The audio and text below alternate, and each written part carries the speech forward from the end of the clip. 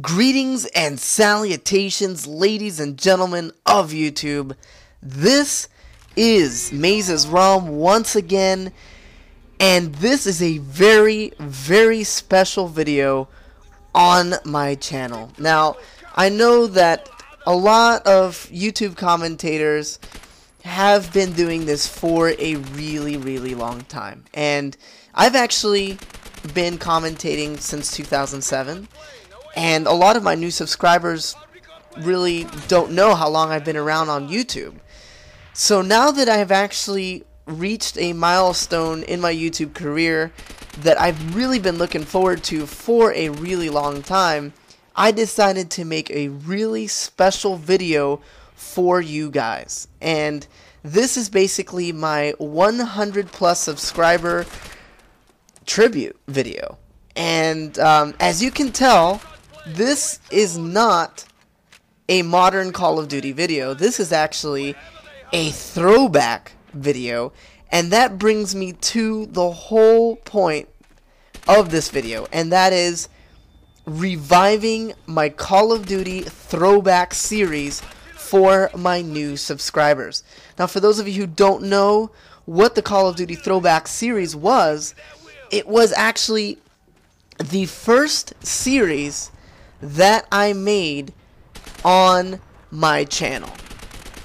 Back when I had around 20 subscribers, or actually less than that, I actually started this series because I'm a really passionate Call of Duty fan. And I've been playing Call of Duty for many, many years. I've been playing it since the first Call of Duty. And so I wanted to make a tribute to Activision and to Call of Duty and make these commentaries so that those people who started playing the later versions of Call of Duty could actually see how far the series and the franchise has come since the first Call of Duties were released. Now, this is actually the 5th Call of Duty in the franchise. It is known as Call of Duty World at War. I'm sure a lot of you remember hearing at least about this game. But this was by far my favorite Treyarch Call of Duty until Black Ops 2 came out. And the innovation in Black Ops 2 actually surpassed my previous liking towards this game's innovation. And Treyarch had been through a lot. For those of you who don't know, they actually made Call of Duty 3. That was the game that was released before Call of Duty 4. And the sales for Call of Duty 3 did not do that well due to the fact that a multiplayer game that had taken the world by storm at the time was Rainbow Six Vegas 2, and that game was really doing well because people wanted to get out of the World War II type of shooter and play some tactical modern shooters.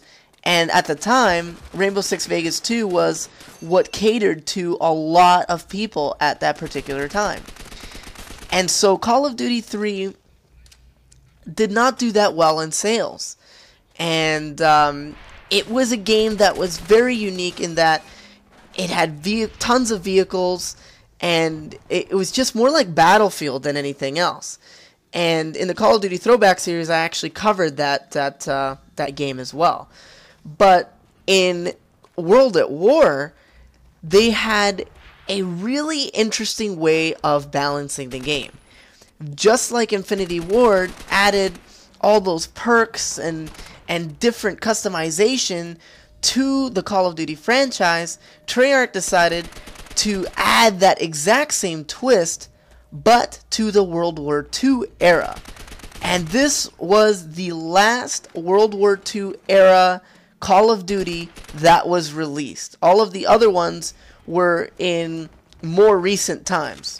So that is actually something that I really admired about Treyarch, was the fact that they took a risk to go back to the World War II era and basically make a polished World War II game. And I personally really love this era. I think it's a really unique era in history.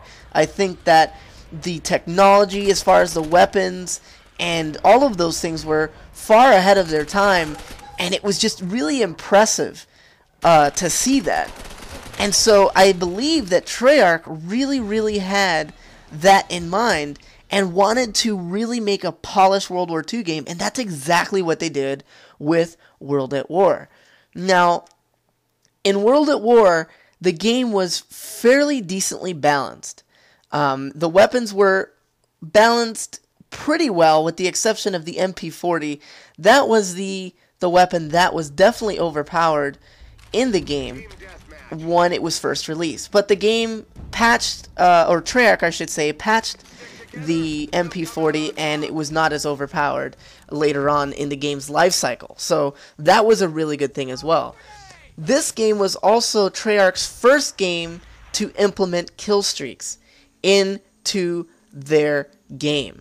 Call of Duty 3 did not have that. They had specialties for each individual class loadout, and it didn't really allow you to customize those loadouts all that much. You could switch out the weapons here and there, but the customization was definitely not like it is in World at War.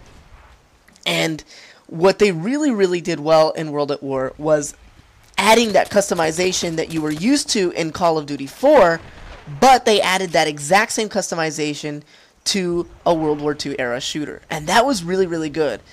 They also added some modern attachments into this type of era as well, like the suppressor and things like the UAV that we were used to seeing in Call of Duty 4, and we really loved about Call of Duty 4. So the perks that were actually in World at War were reminiscent of those in Call of Duty 4. They did add some new perks to that, like I believe it was Shades or something like that, where it would enable you to not be blinded so much by the flash grenades that they used in this game, which were really bright incendiary grenades in a way. And so they had those. I think they were called Shades or Tactical Shades, something like that. And they added a lot of perks to this this game that made it like Call of Duty 4, but unique in and of itself. And Treyarch also wanted to make sure that they didn't make this game like Battlefield.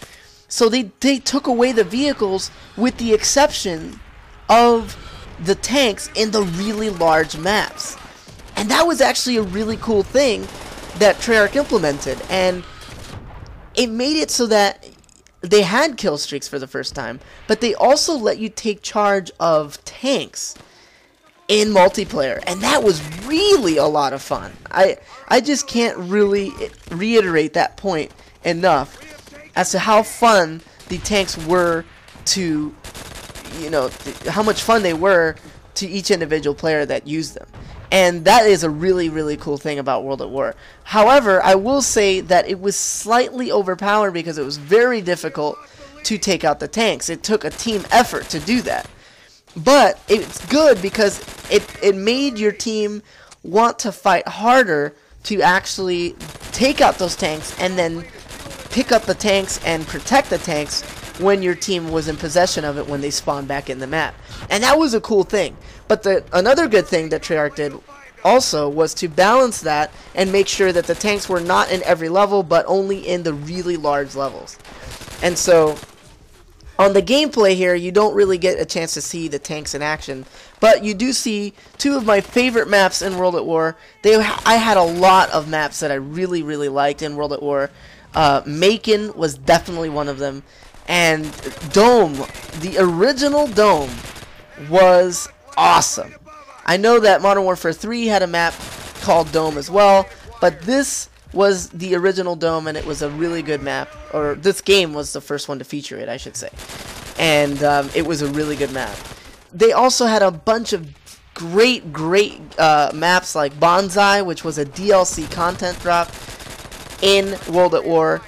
And the game basically took off that World War II stagnant game franchise that we were used to and just revitalized it and formed it into this game that I really, really love to this day. It's just an amazing game. The DLC maps were incredible, and this was also the first game in the Call of Duty franchise to ever have a co-op campaign that you could play with your friends. And I don't think that's ever been brought back into Call of Duty, but that was a lot of fun. The co-op campaign in World at War was a hell of a lot of fun. I can't even talk, but because I really love this game, and so I'm getting tongue-tied. But either way, this was definitely a game that just was so innovative. And World at War, for those of you who are zombie fans, you will have remembered that it was actually an Easter egg game mode that basically played automatically after the credits of the campaign. And it became such a hit in the Call of Duty community that zombies has now become a regular item in the Call of Duty franchise, and it's a fan favorite. And if you are a zombie fan, you should actually go back and see the game that actually came up with that initiative, that initial, I should say, zombie concept, and then slowly grew that concept into a game mode that we now love and play to this day on Black Ops 2. And then, on top of that, this game was also very amazing and groundbreaking when it came to the prestiging system. This was the first Call of Duty to actually reward you for prestiging. Granted, the reward was not as good as it is now, but they gave you extra creative class slots so that you can actually want to prestige and have more custom-made classes in your arsenal. And that really, really made it cool and made you want to prestige a little bit more than before in Call of Duty 4, where you really wouldn't get anything for prestiging at all other than a new emblem for your rank, and that was it. So that was a really cool thing that Treyarch did as well. And then on top of that, Treyarch really made an effort to release the best DLCs that had ever been seen in Call of Duty. And what they did was they released 4 multiplayer maps in every content drop that they made, and a new zombies map. So it really felt as if you were really getting a lot more for your money than in previous content drops that have been released in the Call of Duties before that. And that was a really, really good thing. I mean, Treyarch did everything they possibly could to not only reward their players, but also keep the fans rejuvenated in the World War II era and keep them excited for Call of Duty. And this was Treyarch's breakthrough title. And it really reigned supreme, in my opinion, until Black Ops 2 came out and basically blew this out of the water with their innovation and all the great things that Black Ops 2 implemented into the Call of Duty franchise. So I really do think that Treyarch has come a long, long way, and it took a lot of hard work. And so for those of us who have not been playing Call of Duty since the first title was released, it's always fun to look back and reminisce and see what made this franchise the great franchise that it is now.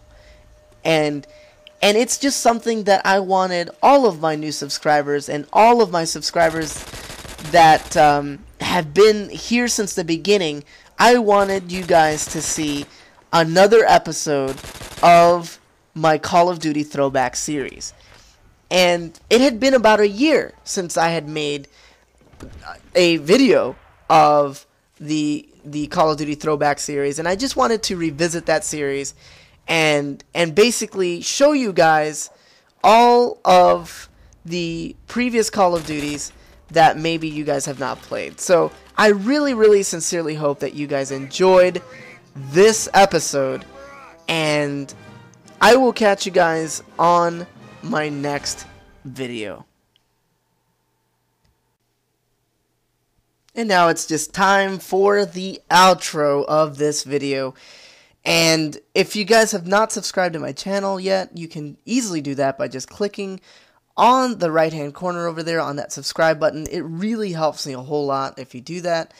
Also, be sure to check out the previous episodes of my Call of Duty Throwback series. It's a series that basically was the stepping stone for my entire channel, and it would be really cool if you guys would check out those previous episodes of that series. And also, if you want to watch a similar video to this one, you can check out the Countdown to Black Ops 2. That was a video that I did before Black Ops 2 was actually released, and it's somewhat correlated, so you guys should definitely check that out as well. Also, be sure to follow me on Twitter. You can interact with me there one-on-one and ask me questions or whatever it is that you want to do, and I'll try to respond to each and every one of those tweets as well. So you can do that by hovering over the Twitter icon there on the top left. And if you want to check out the rest of my playlists and all of my content, you can do that by clicking on the MazezRealm icon there on the bottom of your screen.